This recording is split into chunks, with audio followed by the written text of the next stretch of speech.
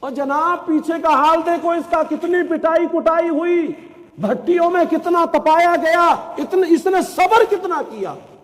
مومنین کا حال بھی وہی ہے کہ اس کو کئی مرتبہ تکلیفوں میں ڈالا جاتا ہے، آزمائشوں میں ڈالا جاتا ہے، اس کو تکلیفوں کی بھٹی میں تپایا جاتا ہے، تکلیفوں کے کوڑے برسائے جاتے ہیں، پھر کہیں جا کر کے اس کا ایمان مضبوط ہوتا ہے، اور پھر قیامت کے دن اس کو جنت جیسا اس کا بدلہ عطا کیا جاتا ہے۔ تو یہاں فرمایا گیا کہ اور مصیبت اور سختی میں اور جہاد کے وقت صبر کرنے والے۔ آیت کے اس حصے میں نیکی کے چھٹے طریقے کا بیان ہے کہ فقر و فاقہ اور بیماری وغیرہ کی مصیبت و سختی میں اور راہ خدا میں ہونے والی جنگ میں قتال کے وقت صبر کیا جائے۔ اس کے بعد پھر آگے سنیں، ایمان تازہ ہو جائے گا۔ اللہ فرماتا ہے اولئک الذین صدقوا واولئک هم المتقون، یہی لوگ سچے ہیں۔ کہہ دو سبحان اللہ۔ اللہ کا قرآن کہتا یہی لوگ سچے ہیں اور یہی پرہیزگار ہے، یعنی صحیح عقائد رکھنے والے، نماز ادا کرنے والے، زکوٰۃ دینے والے، صدقات دینے والے، یہی لوگ سچے ہیں، صبر کے عادی، وعدے کے پابند، نیک اعمال کرنے والے ہی اپنے دعوی ایمان میں کامل طور پر سچے ہیں، اور کفر اور دیگر تمام گناہوں سے بچنے والے یہی لوگ سچے ہیں۔ اللہ تعالی ہمیں بھی اپنے ایمان کی حفاظت کرنے اور ایمان کی مٹھاس پانے کی توفیق عطا فرمائے، آمین آمین بجاہ النبی الامین صلی اللہ علیہ وسلم۔ الحمدللہ رب العالمین والصلاة والسلام علی سید الانبیاء والمرسلین۔ یا رب مصطفیٰ رسول کریم صلی اللہ علیہ وسلم کے واسطے ہمارے والدین کی، ساری امت مسلمہ کی مغفرت فرما۔ اے اللہ، کلام مقدس کی تلاوت کی، ترجمہ بیان کیا، تفسیر بیان کی، مولا اسے اپنی بارگاہ میں قبول فرما لے، فیضان قرآن سے ہمیں مالا مال کر دے، قرآن کی پوری ہدایتیں برکتیں ہمیں عطا فرما دے۔ اے اللہ، ہم سب کو تیری رضا والے کاموں میں لگا دے، تیری ناراضگی والے کاموں سے بچا لے۔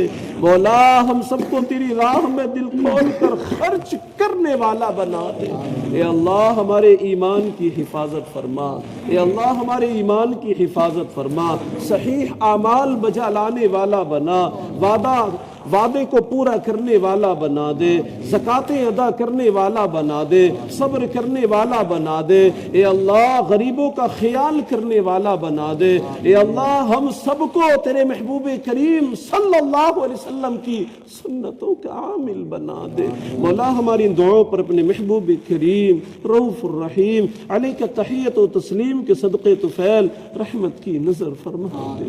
سبحان ربک رب العزت عما یصفون وسلام علی المرسلین والحمد للہ رب العالمین۔ لا الہ الا اللہ محمد رسول اللہ۔